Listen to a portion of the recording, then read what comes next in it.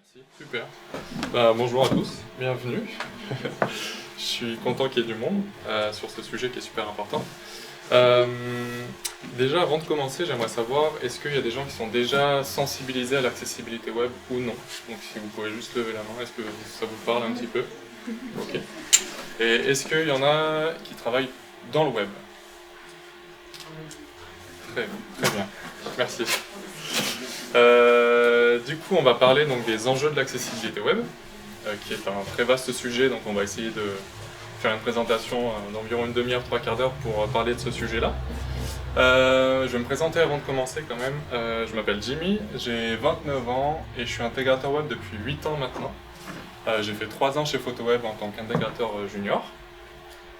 Et après, je suis allé chez Mescalito, ça va bientôt faire 5 ans que je suis là-bas. Et en gros, à force de travailler dans ce milieu de l'intégration web, j'ai découvert l'accessibilité. Et ça fait environ 2-3 ans que je suis passionné entre guillemets par le sujet. J'ai fait une première formation en février 2019 pour comment savoir auditer en fait un site web accessible.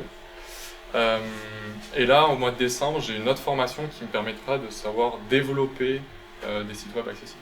Donc aujourd'hui, je sais faire certaines choses, je ne sais pas tout bien faire, et la formation va me permettre de développer toutes ces compétences-là. Donc aujourd'hui, ce qu'on va voir, il y a plusieurs parties. On va faire une petite intro. On va parler ensuite de l'accessibilité dans ses principes et dans son cadre législatif. Donc c'est une partie un peu technique, mais ça reste intéressant. On va voir quelques exemples de technologies d'assistance. Donc petit à petit, on va découvrir un peu tout ça. Quelques exemples et une conclusion pour terminer. Du coup, on va parler déjà de ce qu'est l'accessibilité numérique. Donc en gros, c'est la possibilité pour toutes et tous d'utiliser les outils informatiques, quelle que soit leur façon d'y accéder. Donc on va voir dans les exemples que je vais vous montrer qu'il n'y a pas qu'avec un clavier et une souris qu'on peut naviguer sur Internet. Et ça va être très intéressant de voir ce qui existe aujourd'hui. Il y a plein de choses que vous n'imaginez même pas. Et en fait, il faut voir aussi que l'accessibilité, c'est pas que pour les personnes qui ont un handicap ou quelque chose comme ça. Ça peut vous arriver même à vous d'avoir, je ne sais pas, un accident tout bête et vous perdez pendant 2 mois ou 1 mois l'usage de vos mains, par exemple, je ne sais pas comment, mais et ben, pour naviguer sur votre téléphone ou sur Internet, ça va être très compliqué. Donc ça peut être des handicaps aussi qui sont temporaires, etc. Donc ça, on va voir des exemples après qui sont très intéressants.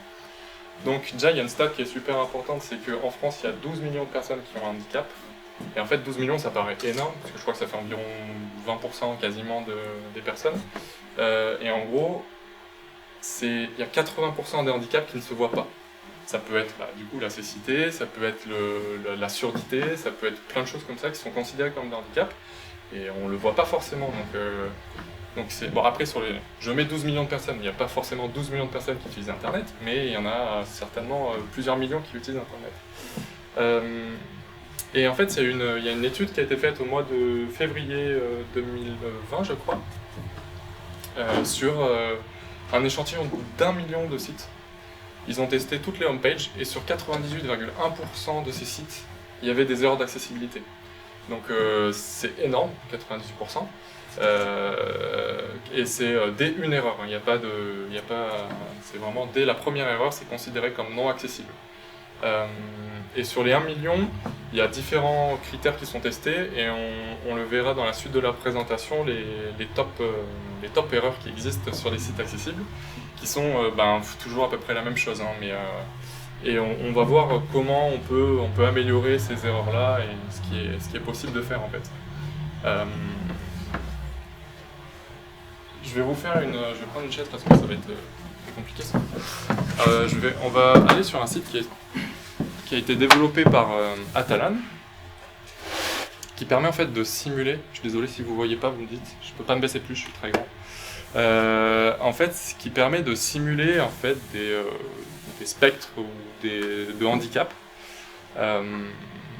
Et en fait, on va en faire quelques-uns. On va faire daltonisme, malvoyance et cécité et handicap moteur. Surdité, c'est un peu compliqué de le faire, mais... Donc par exemple, en fait, au niveau du daltonisme, est-ce que dans la salle, il y en a qui connaissent des daltoniens? Et est-ce que c'est des hommes? Ok.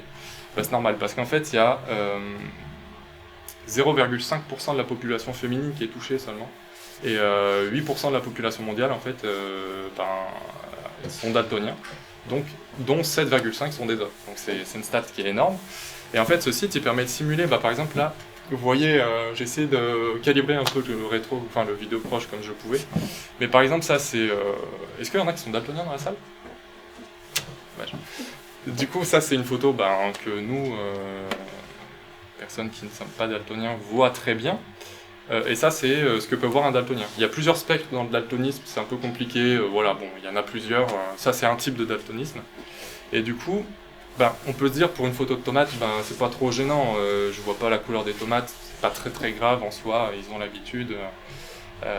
Du coup, ça peut être gênant, par exemple, c'est pour l'accès à l'information. Je vais zoomer un petit peu. Par exemple, l'accès à l'information, par exemple pour ce graphique-là, nous on arrive à faire la correspondance avec les couleurs, par exemple. Un daltonien, lui, il va vachement galérer à comprendre en fait quelles sont les relations entre les chiffres et les labels. Donc du coup, par exemple, ça c'est un exemple comme un autre. Hein. Les problèmes de contraste, je vous spoil un peu, mais c'est l'erreur principale sur les sites web non accessibles, c'est les problèmes de contraste. Ça touche 90% des sites web. Donc ce qui est une proportion énorme en fait. Et du coup, une des solutions pour pallier à ce problème, c'est de mettre les labels liés directement aux chiffres. Donc c'est une solution toute simple, mais au final qui est très importante pour l'accès à l'information. Parce que le problème principal des sites non accessibles, c'est l'accès à l'information qui est totalement différente entre nous, les valides, entre guillemets, et les personnes qui ont des difficultés d'accès, par exemple, aux couleurs, des handicaps moteurs, etc. C'est vraiment le problème principal des sites non accessibles, c'est l'accès à la même information, alors qu'on a tous droit à la même information, peu importe le handicap qu'on a. Et du coup, voilà, oui, il y a un petit le savez-vous, il a choisi la couleur bleue, Mark Zuckerberg, parce qu'il est daltonien en fait, c'est la couleur qu'il voit le mieux. Voilà, donc ça, c'est une particularité. Et en fait, sur le site, ils ont aussi fait en sorte que le fond du site soit... Attendez, je vais changer de page. Et les couleurs sont pas les mêmes en fait, ils ont vraiment fait une couleur type daltoniste en fait. Donc ça, c'était un premier exemple. Après, il y a la malvoyance. La malvoyance, ça peut être une malvoyance totale, la cécité complète. Et après, il y a plusieurs types qui sont simulés ici. Il y a le DMLA, donc c'est une dégénérescence, je crois, mais je ne sais plus exactement les termes, c'est un peu technique, désolé.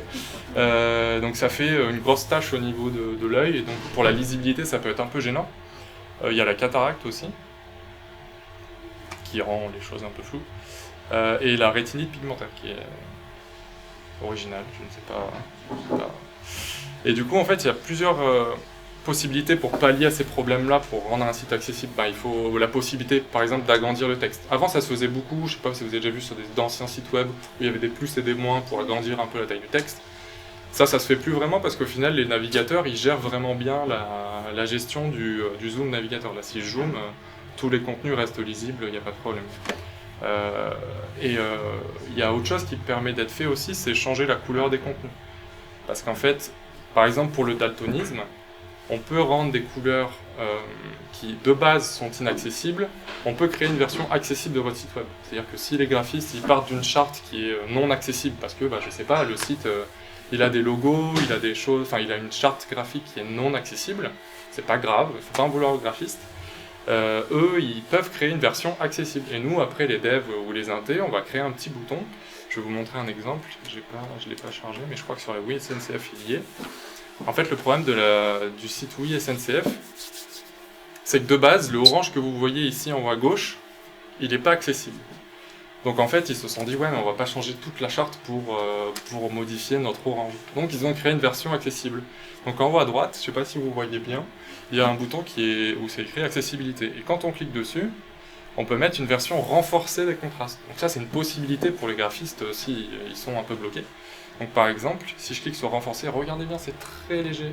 Hop, je sais pas si vous avez vu la différence avec le vidéo proche en plus, mais voilà, ça change un tout petit peu les couleurs. Et en fait, ce orange-là est accessible. Donc voilà, il était à peu de choses près accessible, mais il l'était pas. Donc ils ont créé une version comme ça. Je vais dézoomer un petit peu. Voilà, là je vais vous montrer un exemple de cécité. Alors il faut me dire si vous entendez bien, mais je pense que oui, avec les tests que j'ai fait, ça devrait être ok. En gros, ça va vocaliser toute la page que vous avez, qui est affichée derrière et que je vais vous afficher juste après. Donc on va écouter les 15-20 secondes de la vocalisation, et après je vous montre ce qui a été vocalisé. Et en fait ça c'est quand une personne aveugle utilise un lecteur d'écran pour naviguer sur cette page, ils ont ça comme rendu.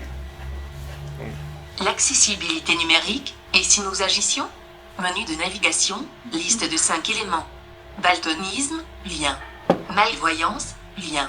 Cécité, page courante, lien. Malentendance, lien. Handicap moteur, lien. Titre de niveau 1, cécité. Les personnes aveugles ou malvoyantes utilisent des... Ok, donc là il a vocalisé cette page-là. Donc il a dit au tout début, enfin elle a dit au tout début l'accessibilité numérique et si nous agissions, donc ça c'était le titre de la page, enfin le logo ici qui a été vocalisé. Et après elle a dit ici là, elle a dit liste 5 éléments. En fait, le but d'une page web c'est d'être construite en HTML de base. L'HTML qui est de base accessible, si on utilise les bonnes balises pour les bons éléments, donc dès qu'il y a une liste d'éléments, comme un menu, on va baliser le menu en ULLI, on appelle ça, c'est une liste ordonnée, enfin une liste non ordonnée. Et du coup, quand c'est vocalisé, il y a la vocalisation qui comprend en fait tout ça. Donc là, elle a dit liste 5 éléments, et après elle passe sur chaque élément. Et après, elle a dit sur cécité, page active, ou quelque chose comme ça. C'est pour indiquer à la personne, voilà, tu es sur cette page-là. Parce que nous, on le voit, c'est super. Mais la personne qui vocalise cet élément-là, il ne le voit pas. Et je reviens un tout petit peu sur les contrastes, mais par exemple, il ne faut jamais donner l'information, par exemple, d'une notion d'actif, que par la couleur. Ça, c'est super important, parce que si vous faites que par la couleur, il y a certaines personnes qui ne vont pas voir que le menu en cours, c'est cité, par exemple. Il faut donner une autre indication visuelle, ça peut être une petite flèche, ça peut être un souligné, ça peut être... Enfin voilà, les graphistes auront des bonnes idées, mais du coup, pas que par la couleur, parce que ça peut vraiment être gênant, enfin ça peut être vraiment perturbant pour les gens de ne pas se rendre compte où est-ce qu'ils sont. Et du coup, après elle a dit titre de niveau 1, etc. etc. Et l'avantage sur les lecteurs d'écran, ils ont des options de navigation à l'intérieur. Et par exemple, ils peuvent naviguer d'image en image, ils peuvent naviguer de titre de niveau en titre de niveau, genre H1, H2, H3, etc. Ils peuvent naviguer dans cette arborescence-là. Et c'est super important du coup de respecter cette hiérarchie de titres dans votre page, etc. pour que les personnes qui ne voient pas puissent accéder au contenu de la même façon que vous. Donc voilà, ça c'était l'exemple pour la cécité. La surdité, c'est un exemple où il y a une retranscription des vidéos, par exemple avec des sous-titres, avec une retranscription écrite à côté. Il y a plusieurs types de possibilités. Et le handicap moteur, en fait, c'est juste... là, je bouge absolument pas ma souris. En fait, c'est pour montrer que... en fait, quand on a un handicap moteur, parfois on peut avoir des tremblements, ce genre de choses-là. Ça peut être très gênant quand on utilise une souris ou même le trackpad d'un ordinateur. Du coup, en fait, il faut faire attention aux tailles de zones de clic. Toutes ces choses-là, en fait, pour qu'ils puissent naviguer et aussi que votre site soit accessible avec la navigation au clavier. Donc vous tapez sur tabulation sur votre site et puis vous voyez si vous voyez où vous en êtes, si ça passe de champ formulaire en champ de formulaire, etc. etc. Donc il faut vraiment faire attention à beaucoup de choses quand on veut faire un site accessible. Bon là je vais essayer de cliquer dessus. J'ai réussi. Du coup voilà, ça c'était des exemples de différents types de handicap. Il y en a d'autres, il y a plein de choses. On peut pas tout voir, mais déjà ce site est très intéressant pour se rendre compte un peu plus quand on est valide. Moi quand je me suis plongé dans l'accessibilité, je pensais pas à tout ça en fait. Je me disais pas tiens, il faut que tout soit navigable au clavier, faut que l'information soit pas donnée que par la couleur. Je ne savais pas. Donc on va continuer. J'ai pas précisé avant de commencer, je me l'étais dit, si vous avez des questions, vous pouvez me lever la main et me déranger entre temps, il n'y a pas de problème. Plutôt qu'à la fin et que vous oubliez toutes vos questions. Peut-être qu'il n'y en aura pas. Donc là, on va voir une partie un petit peu plus technique. Et après, on verra des exemples, ce sera un peu plus intéressant. Mais là, c'est quand même quelque chose qui est important. Parce que, déjà, de l'accessibilité, dans ces principes, il y a 4 grands principes qui ont été écrits. il faut que l'accessibilité elle soit perceptible, utilisable, compréhensible et robuste. C'est vraiment 4 choses qui sont très importantes. Je vous lis pas les définitions parce qu'en fait les définitions disent exactement les mots qui sont au-dessus, mais c'est vraiment les définitions qui ont été écrites comme ça. Donc c'est vraiment 4 grands principes qui sont super importants dans l'accessibilité web. Beaucoup de textes, mais je vous résume. Là, il y a des définitions qui sont très intéressantes en fait. Par exemple, le W3C ici, c'est l'organisme qui est... je sais pas si... Qui connaît le W3C ici? Le nom, moi. Ok. Et du coup, par exemple, quand on fait une page, un site, moi, en tant que bon intégrateur, j'oublie parfois. Il faut aller valider la page qu'on vient d'écrire dans le W3C pour voir si elle est sémantiquement correcte en termes d'HTML. Parce que l'HTML, ça s'écrit pas n'importe comment, hein. On ne peut pas mettre tout dans n'importe quoi. Donc du coup, il faut aller vérifier que la page elle est valide. Et si déjà elle est valide en termes d'HTML, en termes d'accessibilité, on est déjà pas mal. Ensuite, il y a les WCAG. Les WCAG, c'est les recommandations, on va dire, internationales en termes d'accessibilité numérique. Donc c'est eux qui disent, bah voilà, ce serait bien de faire comme ci, comme ça, comme ça, comme ça. Et le RGAA, en fait, c'est le référentiel général d'accessibilité pour les administrations. Et en gros, c'est ce qui va permettre d'appliquer les règles du WCAG en France, en gros, pour faire simple. Et du coup, le RGAA, il fournit une liste de critères à respecter pour que votre site soit accessible. Et il est très complet et c'est ce que j'ai vu quand j'ai fait ma formation comment auditer un site web. Et ben, on a tous les critères à respecter, on prend le site et on check tous les critères sur chaque page du site pour voir si le site est conforme ou non. Parce que dès qu'un élément n'est pas conforme, bah, le site du coup n'est pas considéré comme accessible.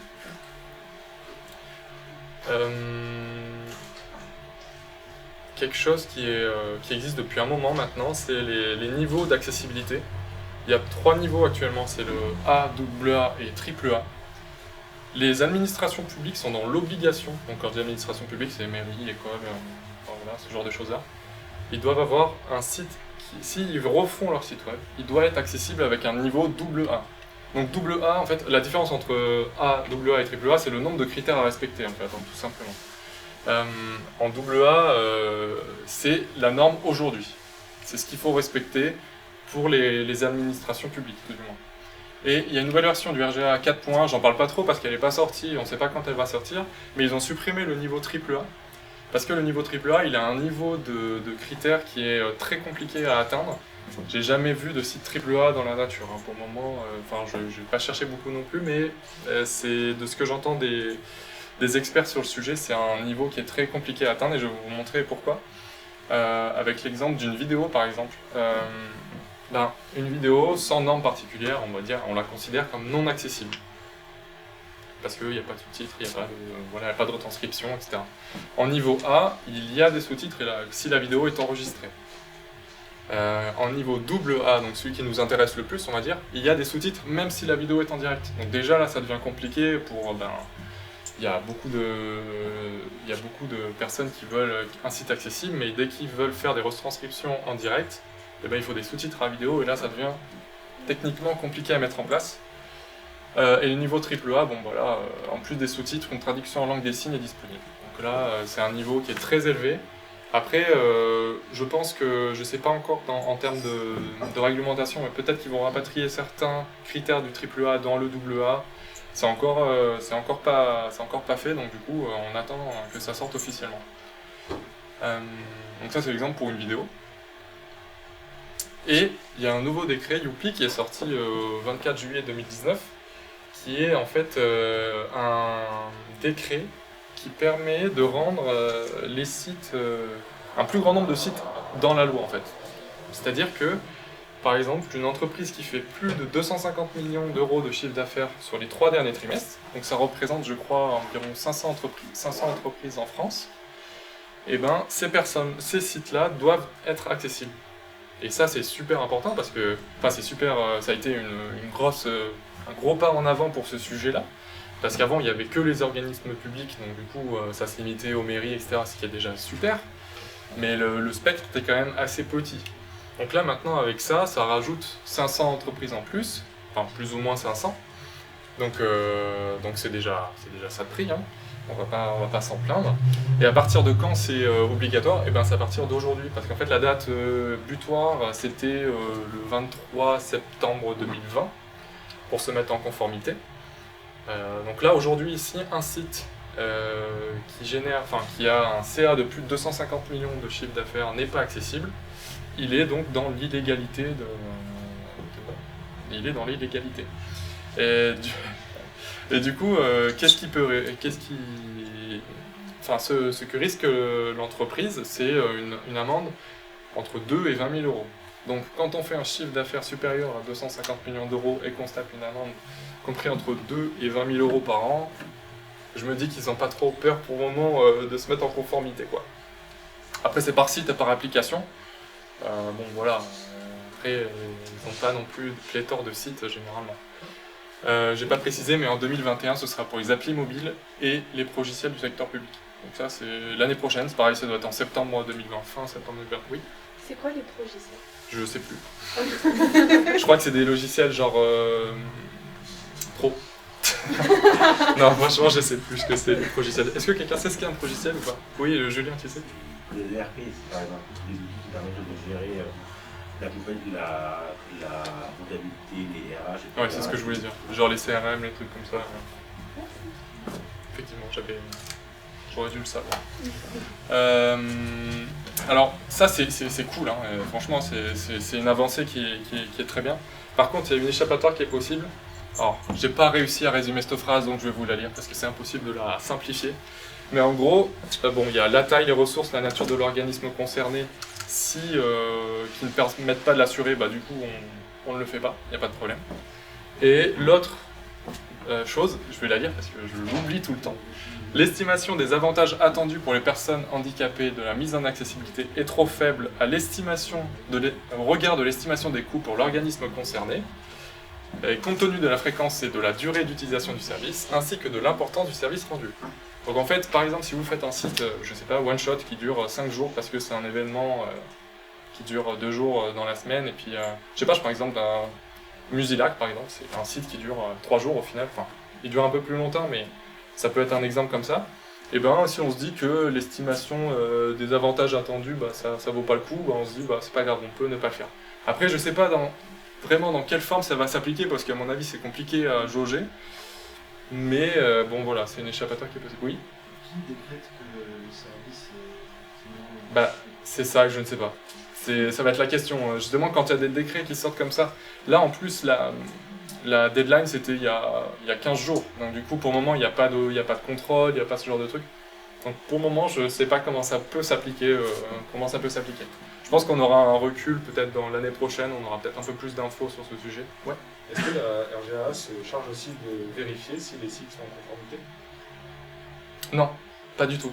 Ça, le RGA, c'est un document qui te dit voilà comment faire les choses.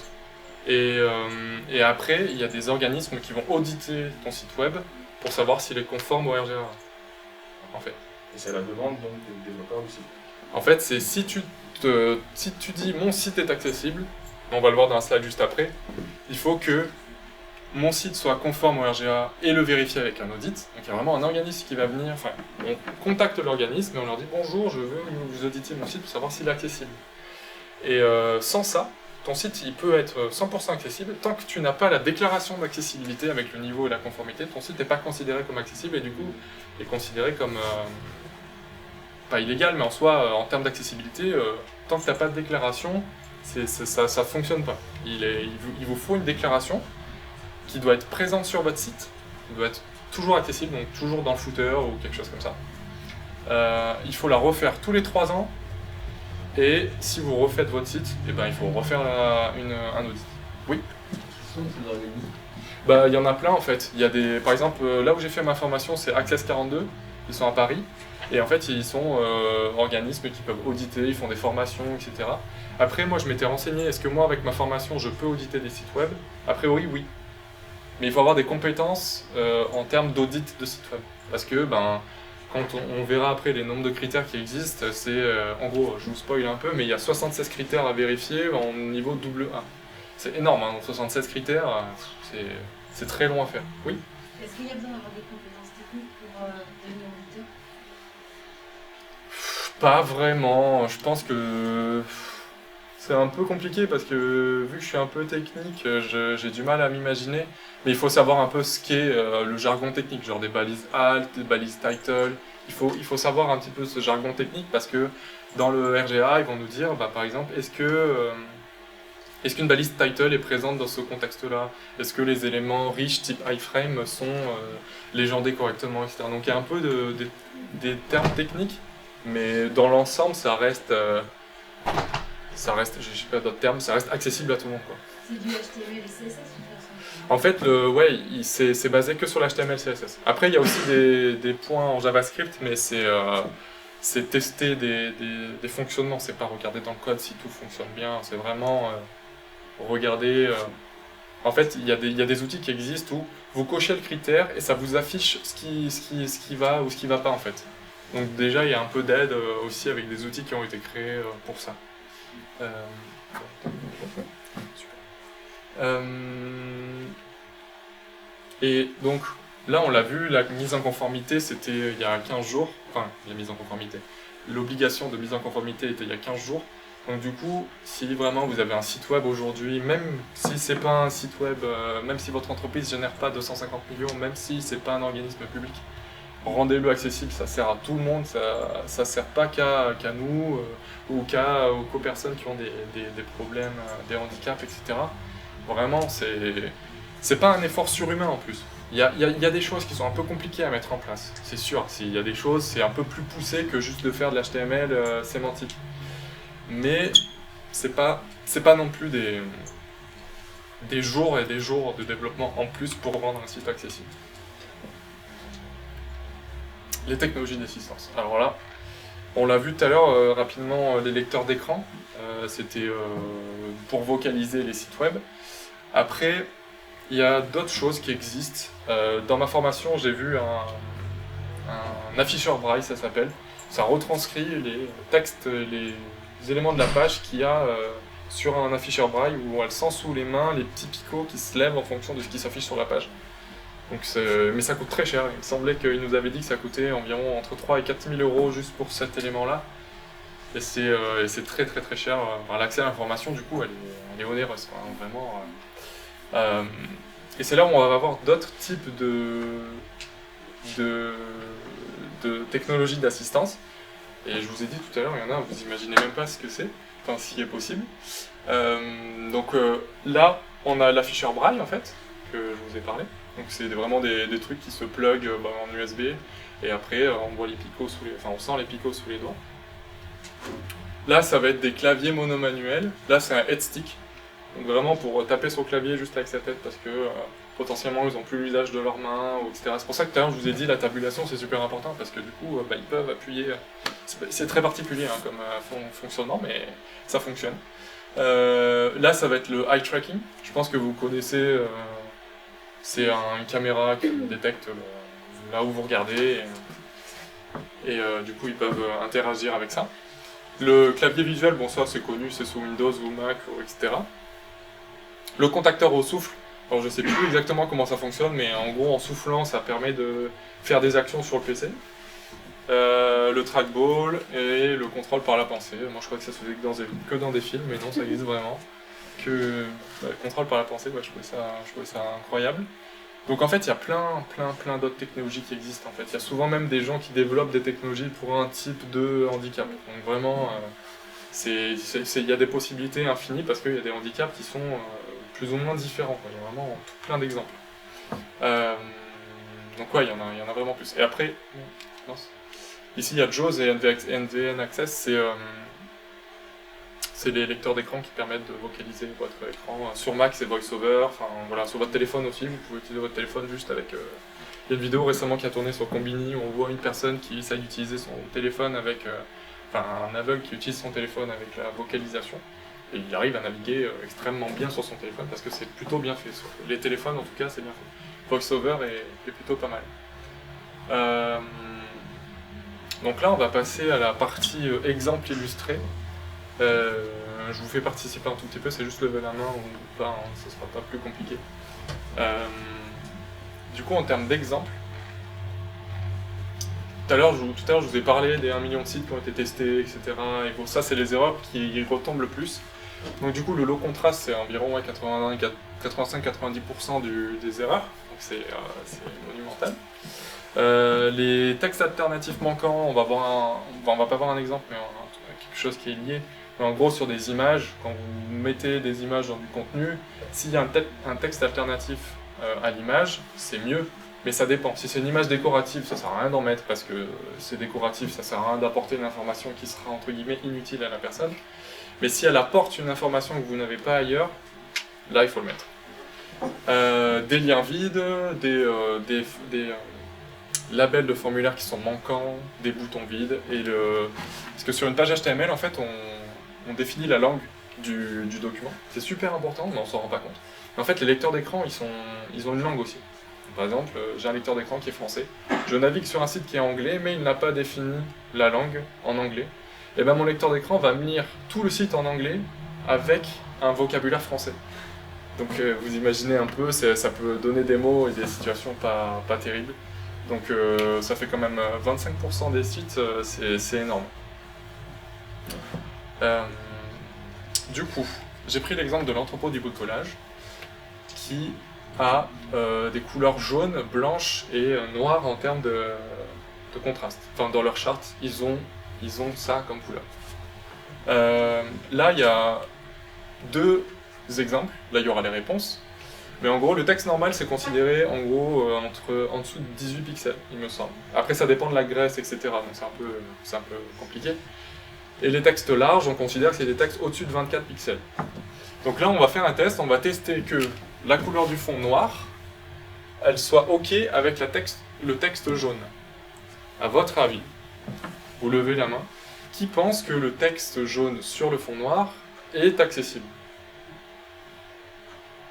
Et les autres, vous pensez que c'est pas accessible? OK. Ben, il n'y a que 4 qui ont raison. Parce que c'est accessible. On dirait, bon, après, il y a le rétro qui fait que, mais les couleurs, c'est quasi fidèle. Le jaune plus le noir et le blanc, tout ça, c'est accessible. Il n'y a aucun problème d'accessibilité là-dedans. Donc l'entrepôt de bricolage, c'est bien. Ils ont une bonne charte de base.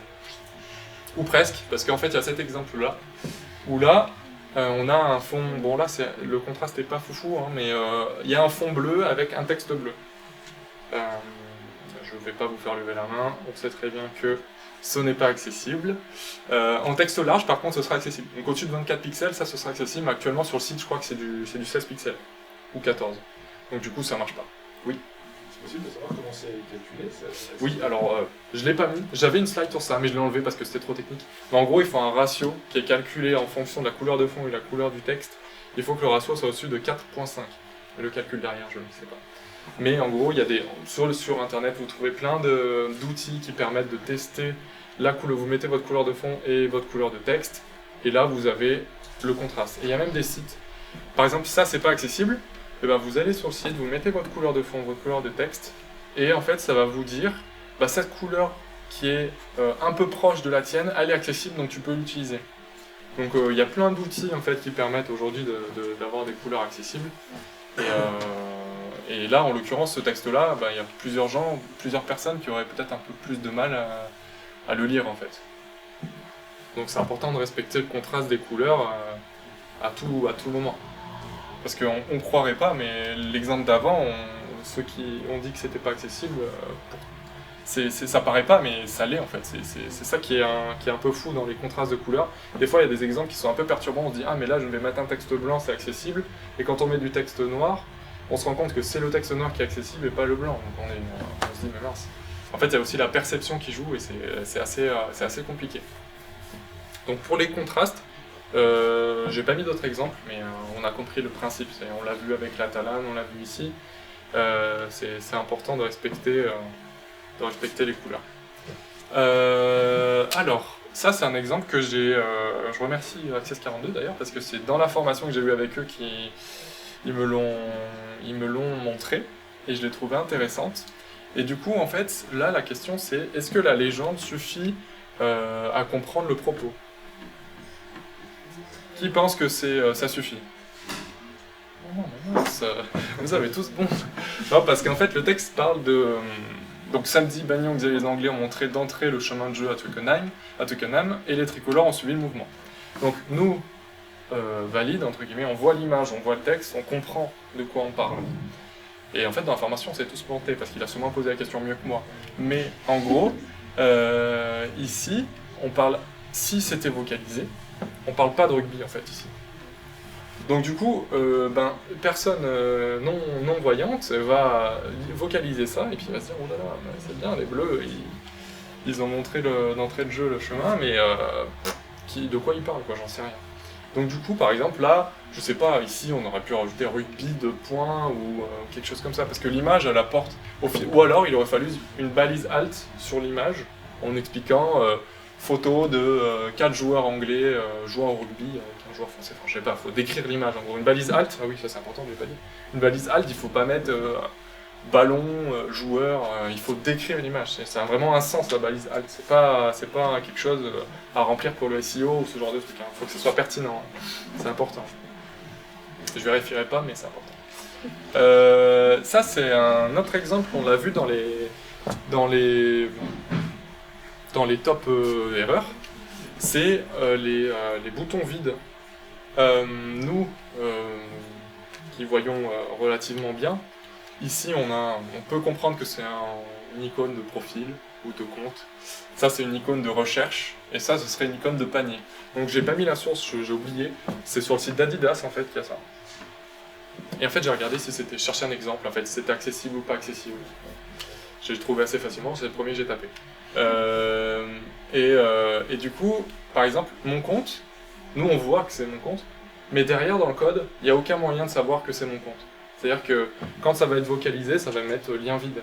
Parce qu'en fait, ils n'ont pas mis de texte caché pour dire que c'était mon compte. Pareil pour la recherche, et va savoir pourquoi. Le panier, ils ont mis un title sur le lien qui dit voir le panier. Donc du coup, ça c'est accessible, ça c'est pas accessible. Donc les gens vont pas savoir où ils vont aller s'ils cliquent sur ces liens-là. Et c'est un problème, parce que généralement, ils cliquent pourquoi.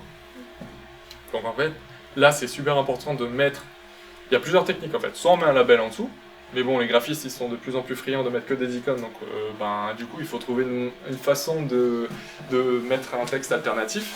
Donc en fait, il y a des façons très simples, c'est on crée une classe dans notre CSS qui permet en fait de cacher le texte pour cet exemple-là, mais qui va être vocalisé par les lecteurs d'écran. Donc il faut pas mettre un display, enfin ceux qui connaissent un peu la technique, il faut pas mettre de display none parce que là ça va pas du tout être vocalisé, mais il faut mettre une petite classe qui permet que le texte soit vocalisé, mais qu'il soit pas visible en fait, c'est tout. Et ça c'est des erreurs qui existent aussi, vous savez, dans les footers il y a souvent des icônes pour les réseaux sociaux, Facebook, LinkedIn, machin. Et en fait c'est pareil, elles sont pas accessibles parce qu'on sait pas ce que c'est. Bien, oui. Et au over, on peut mettre un texte alternatif, non, ça c'est pas... Si c'est possible, mais il faut qu'il soit accessible. C'est-à-dire que comme je l'ai dit, si tu mets un display none sur l'élément et que tu fais un display block par exemple au over pour l'afficher, et en fait ce sera pas visible. Il faut vraiment que l'élément il soit. Je crois que il suffit juste de mettre un visibility hidden plutôt que mettre un display none. Et là c'est ok. Ça passe. Ah oui, l'importance du flux HTML. Quand je dis l'importance du flux HTML, c'est l'ordre que va être écrit l'HTML. Je me recule un peu. Là, il y a l'exemple, en fait, ici. Le cadre gris qui s'affiche, c'est un peu rapide, je suis désolé, mais j'ai pas pu ralentir. Le cadre gris qui s'affiche, c'est le focus. Le focus, c'est quoi? C'est quand on appuie sur la touche tabulation du clavier. Vous savez, on rabâche depuis tout à l'heure, le clavier, c'est cool, machin. Et ça, c'est cool aussi, en fait. Le focus, c'est super important.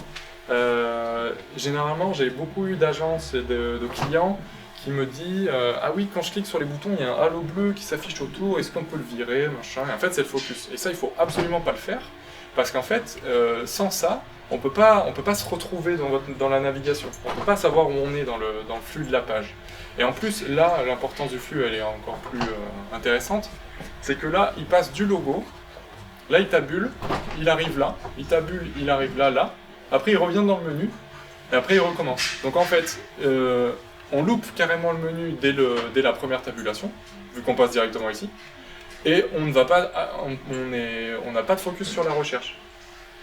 Donc en fait, ça veut dire que les personnes qui naviguent avec juste un clavier, même s'ils voient, et qui naviguent avec un clavier parce qu'ils peuvent pas faire autrement, et ben en fait ils disent merde, mais moi je veux rechercher, mais je peux pas, j'ai pas de moyen de faire. À part prendre une souris et cliquer, là on peut, mais au clavier c'est pas possible. Et en fait il peut y avoir plusieurs explications. Je pense que ça, c'est souvent parce que l'inté ou le dev a pas mis de bouton pour activer cet élément-là, ou ça doit être une div cliquable avec du JavaScript derrière ou quelque chose comme ça. Enfin, c'est pas la bonne façon de faire. Et pour le catégorie, c'est pareil, ça doit être sûrement un sous-menu qui s'affiche, et que cet élément-là a pas dû être focusable, quoi. Donc l'importance du flux, l'importance de bien savoir écrire de l'HTML, d'utiliser les bonnes balises au bon moment, ça change la vie dans l'utilisation d'un site web. Un autre exemple, c'est les sauts de titres. On l'a vu tout à l'heure, les lecteurs d'écran ils peuvent sauter de titre en titre. Et en fait, l'important c'est de garder une cohérence dans votre site. Vous pouvez pas arriver et dire ah bah tiens mon H2 il a ce style là, mon H4 il a ce style là, et puis tiens bah, mon H3 il a pas le style que je veux donc du coup je vais mettre un H4 au lieu d'un H3. Parce que dans la logique il faudrait faire H1, H2, H3. Si après H3 on peut remettre un H2 mais c'est une autre section quoi, c'est autre chose. Donc ça c'est non, hein, faut pas faire, hein, c'est pas bien. Parce qu'en plus les lecteurs d'écran ils vont vocaliser bah tiens les actus. Il va dire est-ce qu'il y a un titre 3 ? Non, il n'y a pas de titre 3. Bon bah ok, bah je saute au prochain H2. Mais en fait il va louper qu'il y a les actus en dessous, parce qu'il n'y avait pas de H3. Alors que si c'était fait comme ça, il se serait dit bah tiens H2, est-ce qu'il y a un H3 derrière ? Oui, il y en a un, donc du coup je veux aller sur cet élément là. Donc les sauts de titres, c'est comme quand vous faites un document Word, je prends toujours cet exemple là, généralement vous faites une bonne hiérarchie de titres dans votre document. Bah, une page HTML c'est un peu pareil. Il ne faut pas se limiter au style, il faut juste mettre dans le bon ordre. Après, vous vous débrouillez pour le style. Mais il faut passer par... Enfin, la technique que moi j'utilise, c'est que sur les H1 et les H2, les H3, etc., je n'ai plus de style par défaut. Je n'ai rien. J'ai juste des styles réinitialisés, quoi, j'ai rien du tout. Et après, j'attribue certaines classes à mes éléments pour les styliser dans le contexte où j'en ai besoin. Et ça évite ce problème de ah oui, mais j'ai mis un H3... Enfin, donc voilà, pour les exemples, je crois que c'est fini. Ouais. Et donc, comme je vous disais tout à l'heure, j'ai dit 76 je crois, mais il y a 78 critères qui sont découpés en 13 familles différentes. Les images, les cadres, les couleurs, etc. Donc tout ça c'est testé. On a un gros document Excel quand on audite un site qui est énorme et du coup on doit vérifier tous les critères. Et c'est très long de faire un audit de site web, ça peut prendre une semaine pour 4-5 pages, quoi. Ça peut être très long.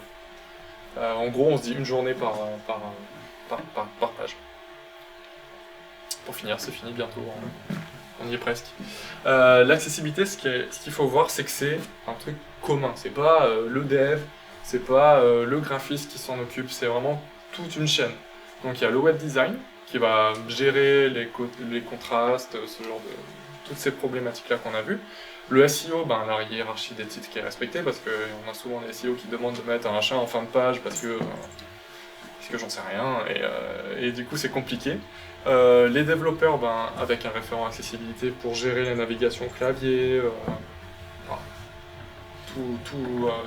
des contenus riches, genre les accordéons, etc., ce qui peut être un peu plus compliqué à développer. Ensuite il y a l'édito, et c'est là où il y a souvent plein de problèmes d'accessibilité, c'est quand on laisse la main aux clients, et après ils font de l'édito, et au final il n'y a pas de balise alt correcte, enfin, c'est une grosse source de problèmes. Je vais parler par exemple l'intitulé des liens quand il y a des lire plus, ce genre de trucs.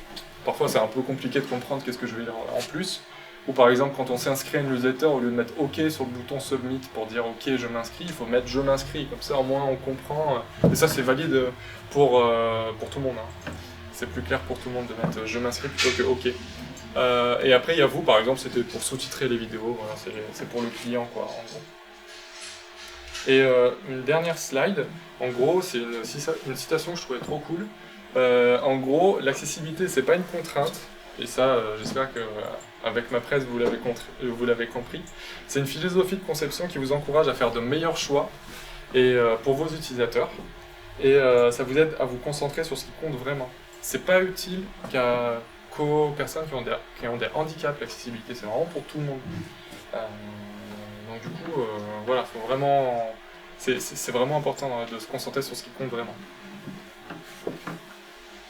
Merci.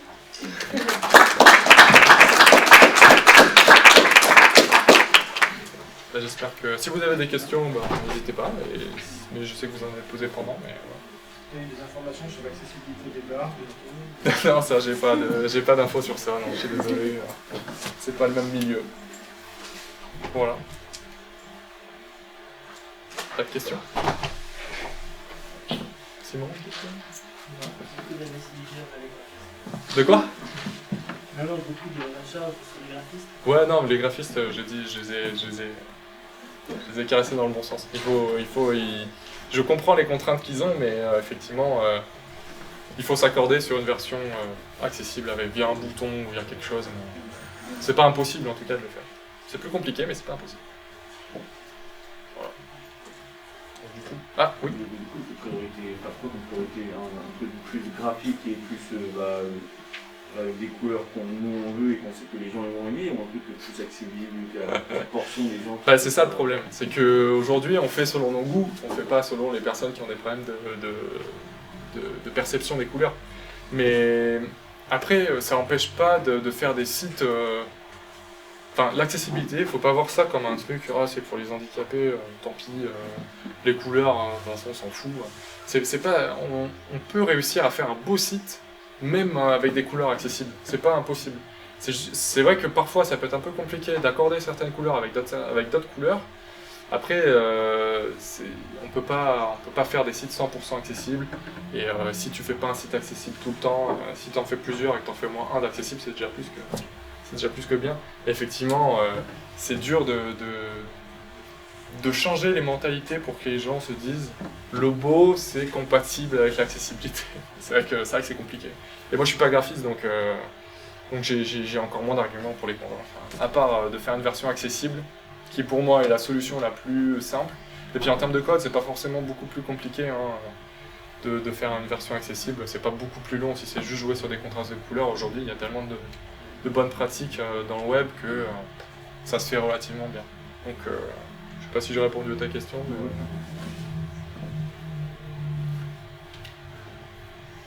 Ok. Vous pouvez disposer si vous voulez, je vais pas vous empêcher, mais si vous avez d'autres questions, n'hésitez pas. Merci à vous en tout cas.